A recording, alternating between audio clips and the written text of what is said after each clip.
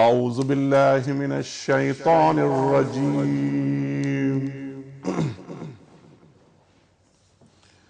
بسم اللہ الرحمن الرحیم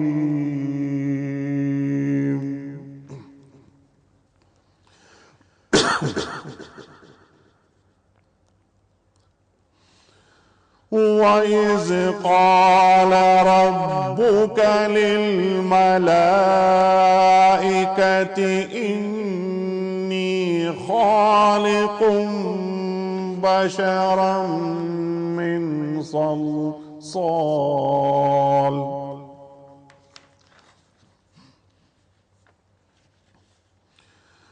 وَإِذْ قَالَ رَبُّكَ لِلْمَلَائِكَةِ إِنِّي خَالِقٌ بَشَرًا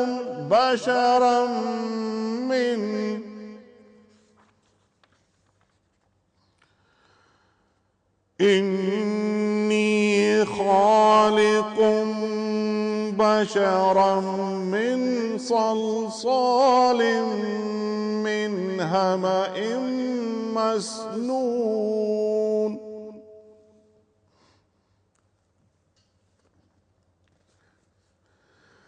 فَإِذَا سَوَّيْتُهُ وَنَفَخْتُ فِيهِ مِن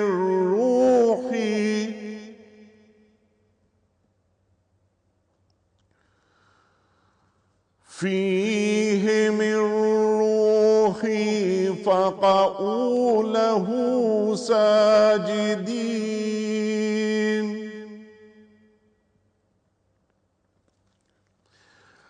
فسجد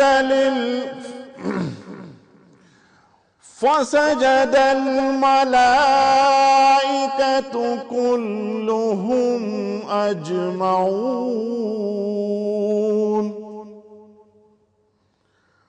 إلا إبليس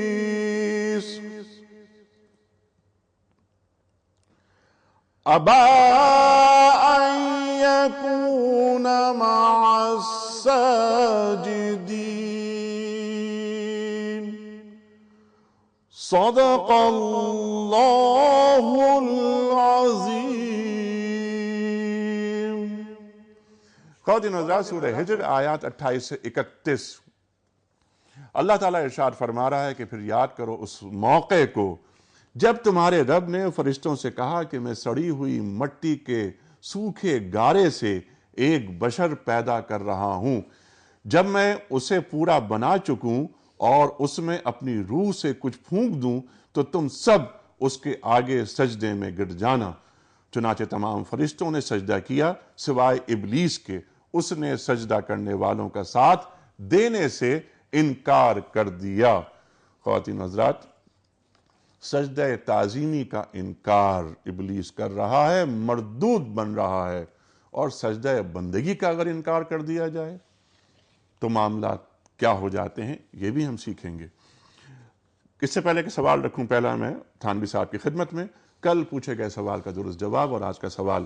کل کا سوال یہ تھا کہ نبی کریم صلی اللہ علیہ وآلہ وسلم کی سب سے چھوٹی بیٹی کا نام کیا تھا؟ درست جواب حضرت فاطمہ زہرا رضی اللہ تعالی عنہا.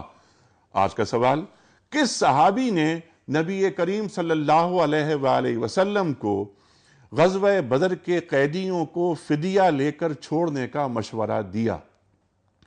تین آپشنز: حضرت عمر فاروق رضی اللہ تعالی عنہ، حضرت ابوبکر صدیق رضی اللہ تعالی عنہ، یا حضرت عثمان غنی رضی اللہ تعالی عنہ. خواتین و حضرات، ہمارے فون نمبرز اسکرین پر آ رہے ہیں. ایس ایم ایس کا نمبر اور ای میل کا نمبر 009221343000980 اور 981. ہمارا ایس ایم ایس کا نمبر 3031 اور ای میل ایڈریس ps@dunyatv.tv. تھانوی صاحب، آپ سے آغاز کر رہے ہیں. یہ فرمائیے کہ یہ جو سجدے کے تعلق سے قرآن کریم کی یہ آیت ہے کہ وَإِذْ قُلْنَا لِلْمَلَائِكَةِ اسْجُدُوا لِآدَمَ فَسَجَدُوا إِلَّا إِبْلِيسَ، یہاں پر جو سجدہ کروایا جا رہا ہے فرشتوں کے ذریعے آدم کو، یہ سجدہ ہے کیا؟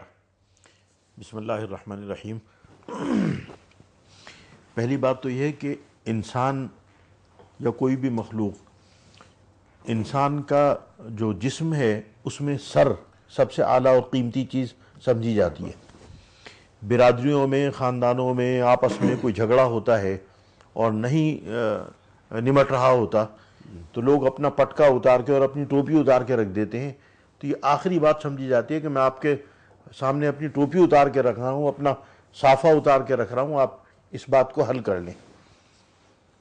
سجدہ اس سب سے قیمتی چیز کو جو پورے جسم میں ہے اور سب سے اعلیٰ ہے، اس کو سب سے اسفل یعنی زمین کے اوپر آدمی ٹیک کر اپنی ذلت اور عاجزی کا اظہار اللہ کے سامنے کرتا ہے کہ اے اللہ، آپ خالق ہیں، آپ مالک ہیں، آپ رازق ہیں، آپ نے مجھے پیدا کیا، آپ مجھے رزق دینے والے ہیں اور دنیاوی نعمتیں دینے والے ہیں، میں اپنی سب سے قیمتی چیز کو جس کا نام سر ہے اس کو میں آپ کے قدموں میں اور زمین کے اوپر سب سے اسفل چیز کے اوپر رکھ کر آپ کی بندگی کا اظہار کر رہا ہوں۔ تو یہ بندگی کا اظہار ہے سجدہ۔ اب سجدہ جو ہے وہ اللہ جل جلالہ کو تو سجدہ عبادت ہے۔ سجدہ تعظیمی انبیاء ما سبق کے امتوں کے اندر تو رائج تھا، لیکن جناب محمد مصطفیٰ احمد مجتبیٰ سرکار دو عالم صلی اللہ علیہ وسلم کے غلاموں کو اور ان کے امتیوں کو اللہ تعالیٰ نے شرک سے بھی منع کیا اور مہمات شرک سے بھی منع کیا، چنانچہ وہ سجدہ تعظیمی جناب رسول اللہ صلی اللہ علیہ وسلم کی امت کو اس کی اجازت نہیں دی گئی۔ قرآن پاک میں جہاں حضرت یعقوب علیہ السلام کا تذکرہ ہے اور حضرت یوسف علیہ السلام کا تذکرہ ہے کہ دربار یوسف میں حضرت یعقوب علیہ السلام اور ان کے بیٹے وہ آئے، تو قرآن کہتا ہے وَرَفَعَ أَبَوَيْهِ عَلَى الْعَرْشِ وَخَرُّوا لَهُ سُجَّدًا، کہ یوسف علیہ السلام نے، بادشاہ وقت نے اپنے والدین کو تو اپنے ساتھ تخت پر بٹھایا اور جو بھائی تھے ان کے وہ سجدے میں پڑ گئے، وَخَرُّوا لَهُ سُجَّدًا۔ یہ سجدہ جو ہے یہ سجدہ تعظیمی ہے۔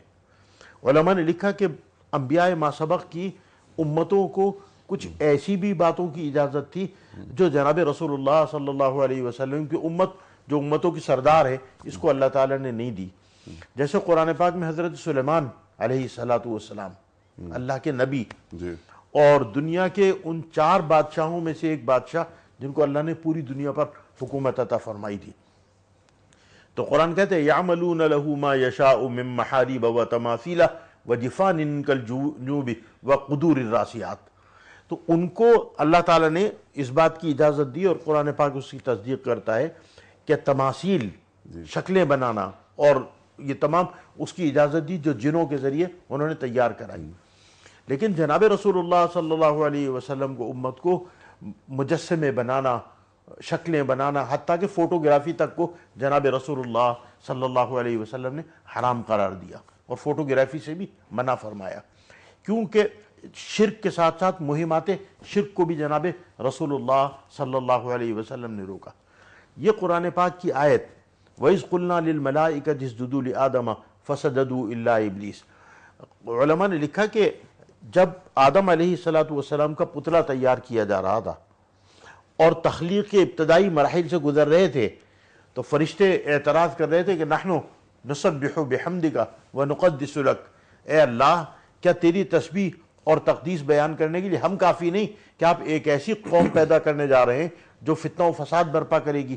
تو اللہ تعالیٰ نے کہا انی اعلم ما لا تعلم۔ ٹھیک ہے تھانوی صاحب، آپ نے فرمایا کہ پتلا تیار کیا جا رہا تھا، تو آدم تیار ہو چکے تھے یا ابھی تخلیق کے مراحل میں تھے؟ یہ میں پہلے کی بات کر رہا ہوں۔ جی بالکل، یعنی جب وہ تخلیق کے مراحل سے گزر رہے تھے اور ان کی تخلیق کی جا رہی تھی، فرشتوں نے اس تخلیق پہ اعتراض کیا، تخلیق پہ اعتراض کہ اے اللہ یہ آدم اور آدم کے ذریعے ایک نئی مخلوق پیدا کرنے کی کیا ضرورت ہے کہ ہم تیری تسبیح و تقدیس پوری کرنے کے لیے کافی نہیں ہے، اور بھی جن 4 عناصر سے آپ ان کو تیار کر رہے ہیں ان 4 عناصر کی وجہ سے یہ تو وَيَسْفِكُ الدِّمَاء، یہ تو زمین پہ فتنہ و فساد برپا کریں گے۔ تو اللہ تعالیٰ نے فرمایا انی اعلم ما لا تعلمون، جو میں جانتا ہوں تم۔ اچھا، اس کے بعد حضرت آدم علیہ السلام کو متصف بالعلم کیا۔ جب متصف بالعلم کیا تو اب آپ دیکھیے کہ وہ آدم جس کی تخلیق پر اعتراض ہو رہا تھا وہ مسجود ملائک بن گیا۔ تو یہاں علماء نے ایک بڑی خوبصورت بات لکھی، کہا کہ یہ سجدہ آدم کے پتلے کو نہیں ہے، آدم کے جسم کو نہیں ہے، مٹی سے اس علم کو سجدہ ہے جو علم اللہ تعالیٰ نے آدم علیہ السلام کو عطا فرمائے، وہ جو ہے نا قرآن پاک میں قُلْ هَلْ يَسْتَوِي الَّذِينَ يَعْلَمُونَ وَالَّذِينَ لَا يَعْلَمُونَ، کہ اہل علم اور غیر اہل علم کبھی بھی برابر نہیں ہو سکتے. تو آدم علیہ السلام کو جو علم سے اللہ تعالیٰ نے متصف فرمایا، اس علم کو سجدہ کرایا جا رہا ہے. علم کو سجدہ کرایا جا رہا ہے. ڈاکٹر صاحب میں آپ کی طرف آ رہا ہوں کہ آدم علیہ السلام کو جو سجدہ کرایا جا رہا ہے وہ دراصل علم کو سجدہ کرایا جا رہا ہے. تھانوی صاحب نے اس بات کو آگے بڑھایا. میرا ایک سوال یہ تھا درمیان میں کہ حضرت آدم علیہ السلام تخلیق پا چکے ہیں یا ابھی تخلیقی مراحل سے گزر رہے ہیں؟ نفخت فیہ من روحی کی جو بات ہو رہی ہے، ابھی روح پھونکی گئی ہے، اس سے پہلے فرشتوں سے کہا جا رہا ہے، یا آدم علیہ السلام کی تخلیق ہو چکی ہے؟ یہاں سے آغاز کرتے ہیں.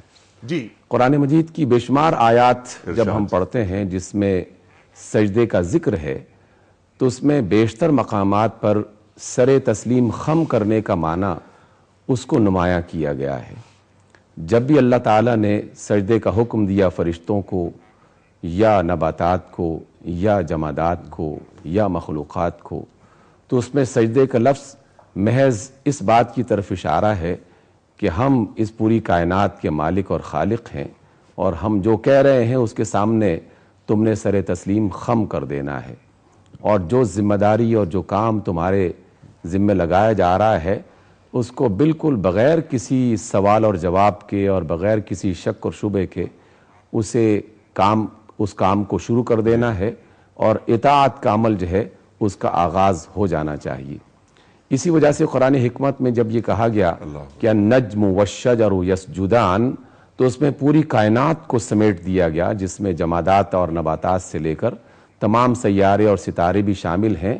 اور اگر ستاروں اور سیاروں کے علاوہ بھی دیکھا جائے صرف نباتات اور جمادات، تو وہی کافی ہیں جو کہ محض غیر زیرو ہونے کے باوجود بھی اللہ تعالیٰ کے حکم کے سامنے سر تسلیم خم کرتے ہیں، اور جس مقصد کے لیے انہیں تخلیق کیا گیا انہیں در حقیقت وہ پورا کرنے میں کوئی تامل نہیں کرتے.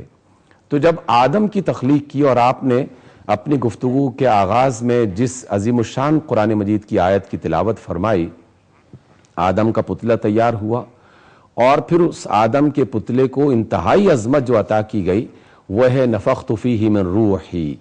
یہ ایک اتنا بڑا اعزاز ہے جو اللہ تعالیٰ نے دیگر مخلوقات کے لیے اس کا ذکر نہیں کیا، کہ اللہ تعالیٰ کی طرف سے جو روح پھونکی جا رہی ہے، اب اس میں کوئی آدمی یہ تلاش نہ کرے کہ آدم کے پتلے میں گویا کہ خدا داخل ہو گیا یا اللہ داخل ہو گیا. نہیں، اللہ تعالیٰ کی وہ تمام صفات کے جوہر جو ہیں، اللہ تعالیٰ نے اس میں سے جتنا انسان کو دینا چاہا اسے عطا کر دیا، اور جن عظمتوں سے اسے نوازنا چاہا وہ عظمتیں اسے عطا کر دیں.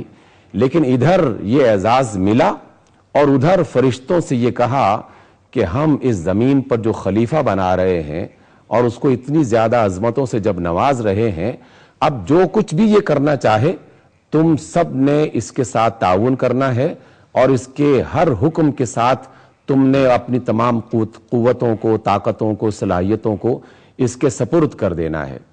اس پوری کائنات کے نظام کو ہم سب جانتے ہیں. قرآن مجید بتاتا ہے کہ فرشتے جو اللہ کے کارندے ہیں، اللہ تعالیٰ کے بندے ہیں، وہ اس کو چلا رہے ہیں. لیکن انسان ایک ایسی مخلوق دنیا میں بنائی گئی کہ اللہ تعالیٰ نے فرشتوں سے یہ کہا کہ یہ میرا بندہ دنیا میں ایک محدود وقت کے اندر جو کرنا چاہے تم نے اس کے راستے میں رکاوٹ نہیں بننا، البتہ اس کے ساتھ معاون ہونا ہے. اس کی جان کی حفاظت کے حوالے سے، اس کے چلنے پھرنے کے حوالے سے، اس کے بولنے چلنے کے حوالے سے، جو کچھ بھی یہ کرنا چاہے، جہاں بھی یہ جانا چاہے، تم سب نے اس کے راستے ہموار کرنے ہیں. لیکن دیکھنا بھی ہے کہ یہ کیا کر رہا ہے، اس کا حساب بھی رکھنا ہے کہ یہ کیا کر رہا ہے. جو بولتا ہے وہ بھی لکھ لینا ہے، اور جو کرتا ہے وہ بھی لکھ لینا ہے. تو فرشتے انسانوں کے لیے وہ تمام وسائل مہیا بھی کر رہے ہیں جو اللہ رب العزت کی طرف سے انہیں عطا کیے گئے. تو سجدے کا ایک معنی یہ بھی لیا گیا کہ ادھر آدم کی تخلیق مکمل ہوئی، اور ادھر فرشتوں سے یہ کہا گیا کہ اب تم نے اپنے آپ کو میری اطاعت میں دیتے ہوئے ان کے کاموں میں لگ جانا ہے. دوسرا سجدے کا ایک بہت ہی ٹھیک ہے ڈاکٹر صاحب، آپ ہی کی بات کو جی ڈاکٹر صاحب یہ ہاں جو آپ فرما رہے تھے، ایک تو یہ کہ سجدہ تعظیمی ہے اور دوسرا سجدہ بندگی. جس طرح تھانوی صاحب نے فرمایا ہے کہ علم کو سجدہ کرایا جا رہا ہے دراصل، تو یہ جو سجدہ تعظیمی ہے یہ اصل میں کس کو کرایا جا رہا ہے؟ کیا آدم کو کرایا جا رہا ہے، یا آدم کے ذریعے اللہ کو کرایا جا رہا ہے، یا یہ سجدہ شکر ہے جو فرشتے ادا کر رہے ہیں اس خوشی میں کہ آدم کو زمین پر خلافت عطا کر دی؟ قرآن مجید نے ہمیں جو رہنمائی عطا کی ہے، قرآن مجید نے جو ہمیں رہنمائی عطا کی ہے، اس میں جب بھی سجدے کا ذکر ملتا ہے تو اس میں حقیقتاً اس چیز کو نہیں دیکھا جاتا کہ جس کے سامنے سر جھکایا جا رہا ہے، بلکہ اس ہستی کو دیکھا جاتا ہے جس کے امر سے، جس کے حکم سے وہ سجدہ کیا جاتا ہے۔ پوری دنیا کے سارے انسان دیکھتے ہیں کہ کروڑوں کی تعداد میں انسان جو ہے وہ خانہ کعبہ کے سامنے سر جھکا کے نماز ادا کر رہے ہوتے ہیں، لیکن کسی مسلمان اور مومن کے دل میں یہ وہم و گمان کی صورت میں بھی نہیں آتا کہ ہم اس پتھر کی عمارت کو سجدہ کر رہے ہیں۔ پتھر کی عمارت محض ایک رمز ہے، محض ایک علامت ہے، محض ایک نشان ہے۔ سجدہ صرف اور صرف اللہ رب العزت کی ذات کو ہو رہا ہے۔ اس وجہ سے جب فرشتوں سے کہا گیا کہ آدم کو سجدہ کرو، تو آدم کو اگر قبلہ بنا دیا جائے اور آدم کے اس پتلے کو، اس کے جسم کو ایک قبلہ کی حیثیت یا قبلہ گاہ سمجھ لیا جائے، تو سجدہ نہ آدم کو ہے، نہ آدم کی کسی عظمت یا صفت کو ہے۔ سجدہ در حقیقت اللہ تعالیٰ کے حکم کو ہے، اللہ تعالیٰ کی ہستی کو ہے۔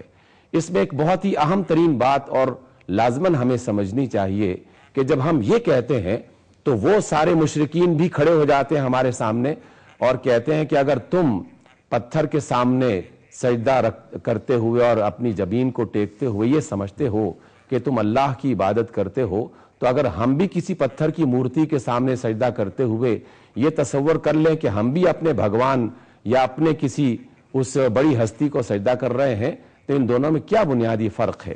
یہاں اللہ اور اس کے رسول ہمیں یہ سمجھاتے ہیں کہ سجدہ وہی جائز ہے جہاں اللہ تعالیٰ کا حکم آ جائے۔ جہاں اللہ تعالیٰ کا حکم نہ آئے وہاں پر وہ سجدہ رہتا ہی نہیں ہے، بلکہ وہ خود بخود ایک نافرمانی اور شرک کے زمرے میں چلے جاتا ہے۔ یعنی خانہ کعبہ ایک عمارت ہے، لیکن کیا اسی طرح کی یہ خوبصورت عمارت کہیں اور بنا کر آدمی اس کے سامنے سجدہ کر سکتا ہے؟ اللہ نے اور اس کے رسول صلی اللہ علیہ وسلم نے ہمیں اس بات کی اجازت نہیں دی۔ یعنی وہ جگہ جہاں عبادت کرنی ہے، جہاں سجدہ کرنا ہے، وہ چیز جس کے سامنے سجدہ کرنا ہے، جہاں اللہ تعالیٰ کی طرف سے کوئی حکم آ جائے بس اس کی اطاعت ہی کا نام سجدہ ہے۔ اگر اس کی اطاعت میں وہ کام نہ کیا جائے، رخ بدل دیا جائے، چیز بدل دی جائے، طریقہ بدل دیا جائے، تو وہ سب کا سب عبادت کے دائرے سے نکل کر شرک کبھی بن جاتا ہے اور کبھی نافرمانی بن جاتا ہے اور کبھی من مانی بن جاتا ہے۔ اس وجہ سے سجدہ وہی ہے جو صرف اور صرف اسی انداز میں اور اسی کو کیا جائے کہ جس انداز میں اللہ رب العزت نے فرمایا اور جس کے بارے میں فرمایا۔ فَاسْجُدُوا لِآدَمَ کا معنی بھی اسی طرح کا ہے کہ جیسے ہمیں حکم دیا گیا کہ تم خانہ کعبہ کی طرف اور قبلہ کی طرف سجدہ جو ہے وہ رخ کر کے اپنی جبین زمین پر ٹکا دو۔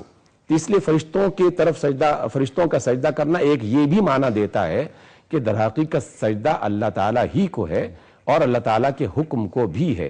اور اگر تعظیم کے حوالے سے کہا جائے تو کوئی حرج نہیں ہے کہ اللہ رب العزت نے علم اور حکمت اور اختیار کی جو نعمت عطا کی انسان کو اور آدم کو، یقیناً وہ قابل تعظیم ہے، لیکن تعظیم جس نے عطا کی اصل قابل تعظیم وہ ہے، نہ کہ وہ کہ جس کو یہ تعظیم دی گئی۔ اس لیے معمولی سے بال برابر فرق کے ساتھ آدمی ادھر سے ادھر بعض اوقات جا سکتا ہے، اس میں بہت احتیاط کرنی چاہیے۔ اس میں بہت احتیاط کرنی چاہیے۔ آدم کو جو سجدہ کرایا جا رہا ہے یہ دراصل خالق کو سجدہ ہو رہا ہے۔ کیا خوبصورتی سے بات واضح کر دی۔ اچھا تھانوی صاحب، اللہ کے حکم کی اطاعت، اللہ کے حکم کی اطاعت، بس سر تسلیم خم کر دینا ہے، انکار نہیں کرنا ہے۔ جس پہ ہم نے بات کی تھی سجدہ تعظیمی کا انکار شیطان کو مردود بنا دیتا ہے، اور سجدہ بندگی کا انکار آدمی کو کہاں سے کہاں پہنچا سکتا ہے۔ اب ذرا سجدے کی وضاحت کرتے ہیں۔ ایک سجدہ تعظیمی، ایک سجدہ بندگی، ایک سجدہ شکر، ایک سجدہ توبہ۔ حضرت داؤد علیہ السلام کا کا بھی ایک توبہ کا وہاں پر ایک ذکر قرآن کریم میں آتا ہے. میں چاہتا ہوں کہ اس پر بھی ذرا آپ بات فرمائیں. آپ نے بات فرمائی تھی حضرت یوسف علیہ السلام کو سجدہ کرایا جا رہا ہے, وہاں بھی سجدہ تعظیمی ہے. حضرت داؤد علیہ السلام کو جو سجدہ ہے, سرکار دو عالم صلی اللہ علیہ وسلم فرماتے ہیں کہ یہ سجدہ شکر ہے اور بمعنی توبہ ہے. اس کی ذرا وضاحت ہے. اصل میں جو سجدہ حضرت داؤد علیہ السلام کا ہے, یا جیسے سجدہ تلاوت کی آپ نے بات کی ہے, سجدہ شکر کی بات کی, یا سجدہ توبہ کی, توبہ آدمی کرتا ہے سجدے میں. علماء نے لکھا ہے کہ جب آدمی سجدے کی حالت میں ہوتا ہے تو سب سے اللہ کے قریب ترین ہوتا ہے. یعنی اللہ جل جلالہ کا جو قرب ہے تمام عبادتوں میں وہ سجدے میں سب سے زیادہ ہے. گویا ہم نے اللہ کے قدموں کے اندر اپنا سر رکھ دیا لے جا کر. اچھا, لیکن سجدہ تعظیمی جو ہے بالکل مختلف ہے. یعنی سجدہ تعظیمی تو جیسے یوسف علیہ السلام کے بھائیوں نے ان کو کیا, قرآن پاک میں اس کا ذکر ہے, تو اس سے یہ پتہ چلا کہ انبیاء ما سبق کی امتوں کو سجدہ تعظیمی کی اجازت تھی. اور جناب رسول اللہ صلی اللہ علیہ وسلم نے فرمایا کہ اگر میری امت کو بھی سجدہ تعظیمی کی اجازت ہوتی تو میں بیوی کو حکم دیتا کہ وہ شوہر کو سجدہ کرے, لیکن امت مسلمہ کو اس کی اجازت نہیں ہے. علماء نے اس کی ایک لاجک یہ لکھی ہے کہ جتنے بھی نبی اللہ تعالیٰ نے بھیجے ان کو شرک سے منع کیا, اور جناب رسول اللہ صلی اللہ علیہ وسلم چونکہ نبیوں کے سردار ہیں اور خاتم النبیین ہیں اور قیامت تک کے لیے ان کی نبوت اور رسالت ہے, تو ان کی امت کو اللہ تعالیٰ نے مہمات شرک سے بھی روکا. جیسے فوٹو کی میں نے آپ کو مثال دی.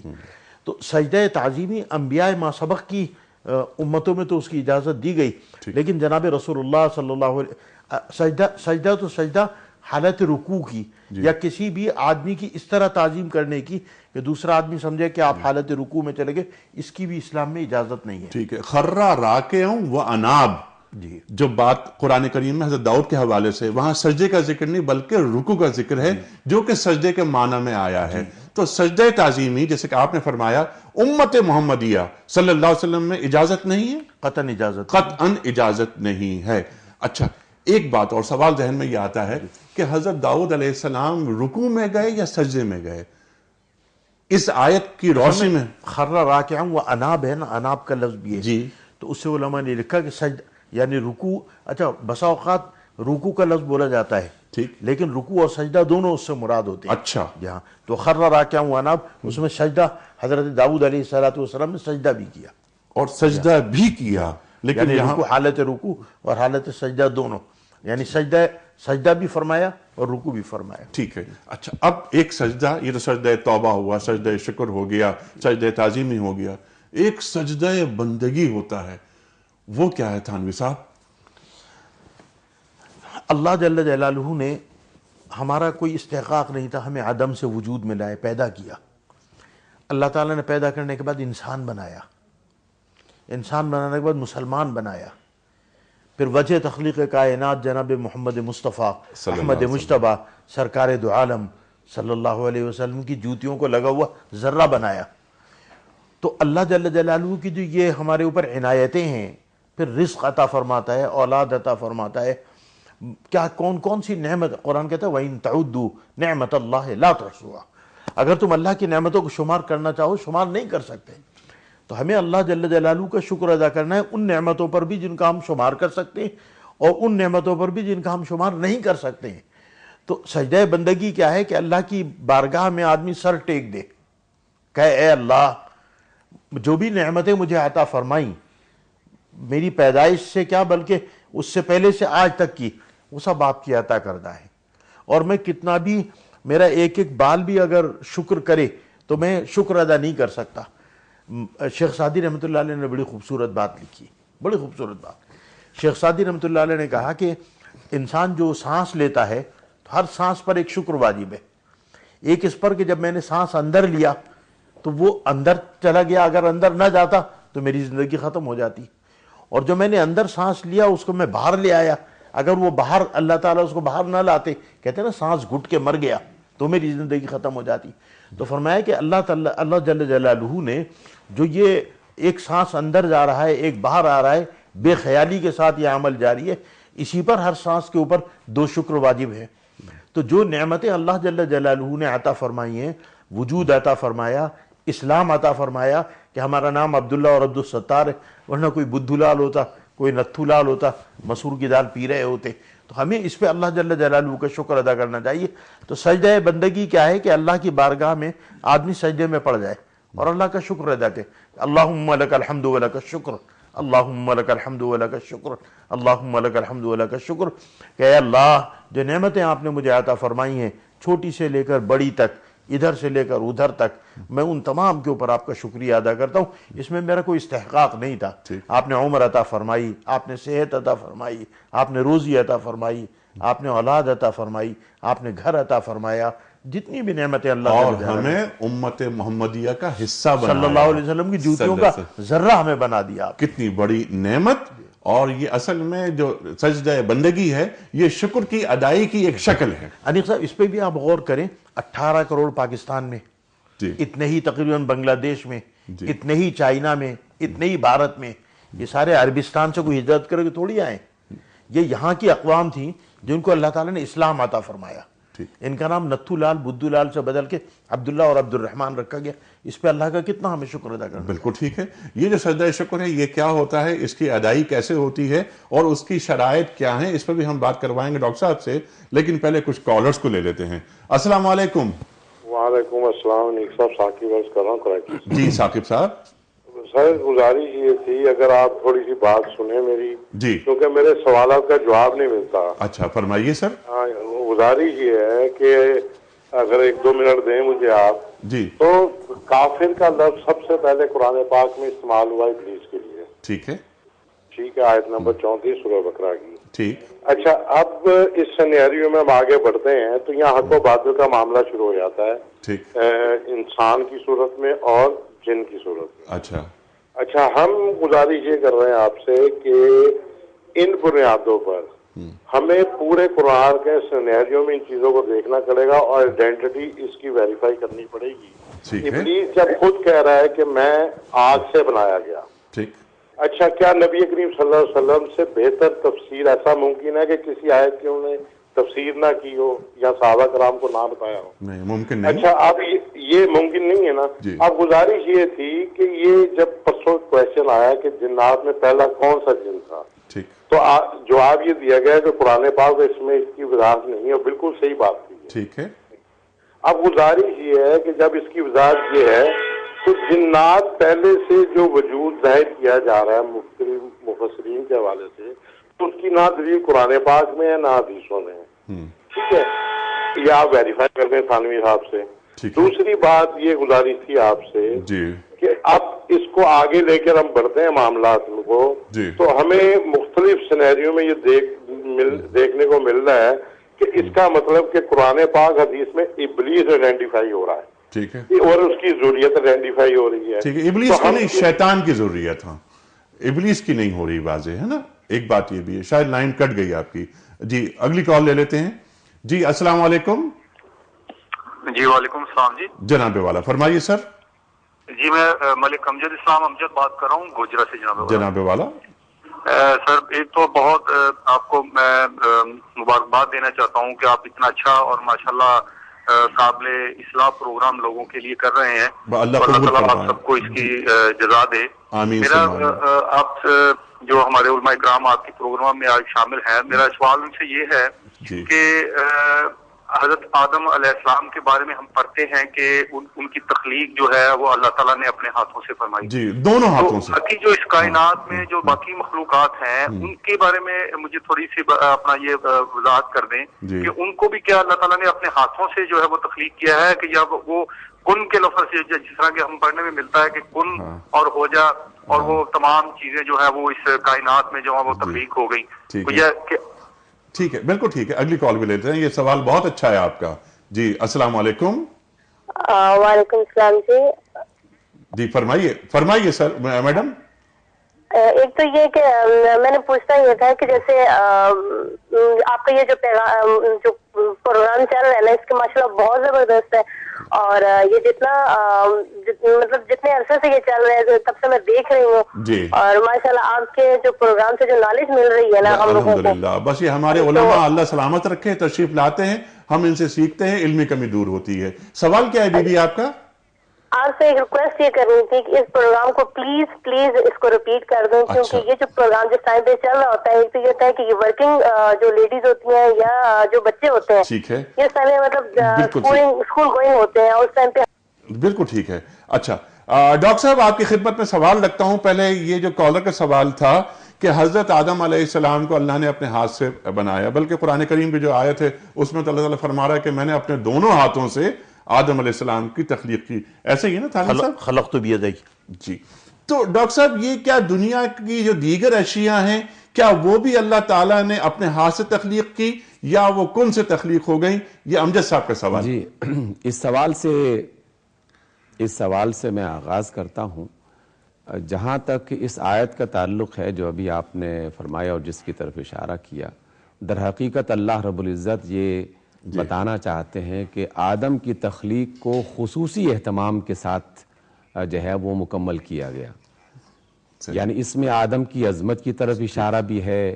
اللہ تعالیٰ کو اسے خلیفہ بنایا گیا، اسے بے شمار قسم کی صفات اور صلاحیتوں سے نوازا گیا کہ تو یہ کوئی معمولی سی بات نہیں ہے.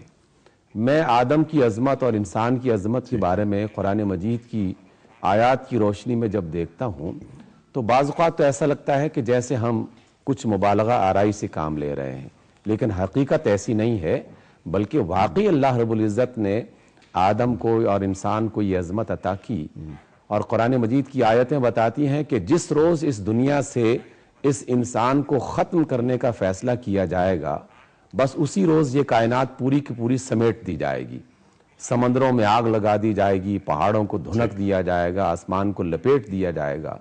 تو کئی بار یہ سوال ذہن میں آیا کہ اگر انسان ہی کو مارنا مقصود تھا تو محض اسرائیل علیہ السلام اور ان کی فوج ایک امر کن کے ذریعے سے سارے انسانوں کو ختم کر سکتے تھے. اللہ تعالیٰ کے لیے بھی کوئی مسئلہ نہیں تھا. لیکن آخر انسان کو ختم کرتے ہوئے پوری کائنات کو کیوں لپیٹا جا رہا ہے؟ اس کی وجہ یہی ہے کہ انسان اس پوری کائنات میں ایک اہم ترین عنصر اور ایک اہم ترین مخلوق کی حیثیت میں رہتا ہے. اور یہاں بیدئی کا مطلب قطعاً یہ نہیں ہے کہ اللہ تعالیٰ کے دو ہاتھ ہیں اور اس کو ہم ہاتھوں کی تعبیر یہ تلاش کرنا شروع کر دیں کہ اس میں انگلیاں کتنی ہیں، طاقتیں کیسی ہیں. اللہ کی قدرت کی طرف اشارہ ہے کہ خصوصی اہتمام کے ساتھ اس آدم کی تخلیق کی گئی. لیکن اللہ تعالیٰ جس کو عزتوں سے نوازنا چاہتا ہے وہ عطا کر دیتا ہے. اپنی مخلوقات میں فرشتے بھی بہت معزز ہیں، جنات جو اللہ کی اطاعت کرنے والے ہیں وہ بھی معزز ہیں، فرشتوں میں جبریل مزید عزتوں کے مالک ہیں. لیکن آدم کے لیے خصوصیت کے ساتھ اگر ان کلمات کا ذکر ملتا ہے، کبھی روح پھونکنے کا، کبھی اپنی روح کے حصے کو ڈالنے کا، کبھی اپنے ہاتھوں سے تخلیق کرنے کا، کبھی اپنی صفات اس کے اندر اس کے رنگ پیدا کرنے کا، تو در حقیقت انسان کو بتایا جا رہا ہے کہ تم معمولی مخلوق نہیں ہو، بہت اہم ہو. جب بہت اہم ہو تو جو آدمی جتنا زیادہ اہم عہدے پر ہوتا ہے وہ اتنا ہی زیادہ ذمہ دار بھی ہوتا ہے. یعنی اسے اتنا ہی زیادہ کانشیس بھی ہونا چاہیے. ایک وزیر اعظم سے معمولی سی غلطی پورے ملک میں ہلچل مچا دیتی ہے، اور ایک عام مجھ جیسے آدمی سے بڑی غلطی بھی بعض اوقات اس کی طرف کوئی توجہ نہیں دیتا. اس لیے آدم کی طرف سے اگر کوئی غلطی ہوگی تو جس طرح اس کی عظمت بڑی ہے وہاں اس کی پوچھ گچھ اور اس کا حساب بھی بہت بڑا ہوگا. تو یہ اس کی طرف ایک اشارہ ہے. دوسری بات میں آپ کی خدمت میں اگر آپ کی اجازت ہو تو ایک عرض کرنا چاہوں.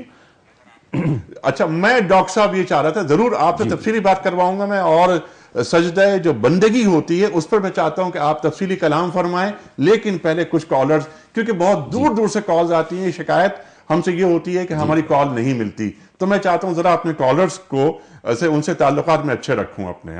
السلام علیکم. وعلیکم السلام. سر تعلقات تو سب سے اچھے رکھنے چاہیے ہر ایک انسان کو. بالکل. کون صاحب بول رہے ہیں، کہاں سے؟ محفوظ بات کر رہا ہوں، کراچی سے. محفوظ صاحب، کیا سوال؟ جی، میرا سوال بہت امپورٹنٹ ہے، کیونکہ آج مسجد کے اندر جمعہ علی دن ایسا مسئلہ ہو گیا تھا کہ کیا فرشتوں نے میرے پیارے نبی کو بھی وسوسے ڈالے؟ اچھا، اپنے شیطان نے. ہاں، اچھا، شیطان نے کیا سرکار دو عالم صلی اللہ علیہ وسلم پر بھی وسوسے ڈالے ان کے دل میں؟ جی جی، ٹھیک ہے. یا ان کے روح میں یا کسی صورت میں بھی کہ وہ لوگوں کو بھٹکایا؟ ٹھیک ہے، بالکل ٹھیک ہے. یہ ہم رکھتے ہیں سوال اپنے علماء کے سامنے. جی، اگلی کال لے لیتے ہیں. السلام علیکم. السلام علیکم جی. جی وعلیکم السلام. میں اورنگزیب بول رہا ہوں جی پشاور سے. جی اورنگزیب صاحب. میرا سوال سر یہ ہے کہ کیا سجدے کے دوران کوئی اللہ سے گناہ کبیرہ یا گناہ صغیرہ کے لیے معافی مانگ سکتا ہے جی؟ کیا سجدے کے دوران گناہ کبیرہ یا گناہ صغیرہ کی توبہ ہو سکتی ہے؟ یہ سوال بہت اہم ہے اور یہ سوال بھی رکھتے ہیں ہم علماء کے سامنے، لیکن میں چاہ رہا ہوں کہ ذرا سجدہ بندگی پہ بات ہو جائے، اس کے بعد یہ سوالات ہم رکھیں گے تھانوی صاحب کے سامنے. ڈاکٹر حبیب الرحمان عاصم صاحب ذرا سجدہ بندگی پہ بات فرمائیے کہ سجدہ بندگی ہے کیا؟ قرآن کریم ارشاد فرماتا ہے کہ آیت میں پھر نہیں پڑھ رہا کہ سجدہ واجب ہو جاتا ہے کہ سجدہ کرو اور رب سے قریب ہو جاؤ. یہ سجدہ بندگی ہے کیا؟ قرآن مجید میں جب رکوع اور سجدے کا ذکر ملتا ہے تو در حقیقت دونوں کا معنی جو ہے وہ جھک جانا، اللہ تعالیٰ کے حکم کے سامنے سر تسلیم خم کرنا، بنیادی تصور یہی دیا گیا ہے. اس لیے عربی زبان میں رکع لفظ استعمال کیا جائے یا سجدہ کا لفظ استعمال کیا جائے، دونوں کا معنی جھک جانا ہے.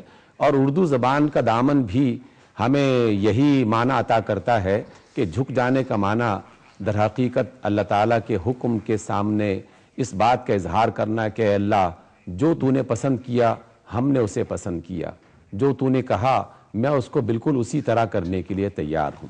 اور جب ہم سجدہ بندگی کا ذکر کرتے ہیں تو اللہ اور اس کے رسول صلی اللہ علیہ وسلم نے سب سے پہلے انسان کے دل کو پاک صاف کرنے اور نیت کو یکسو کرنے کا حکم دیا ہے.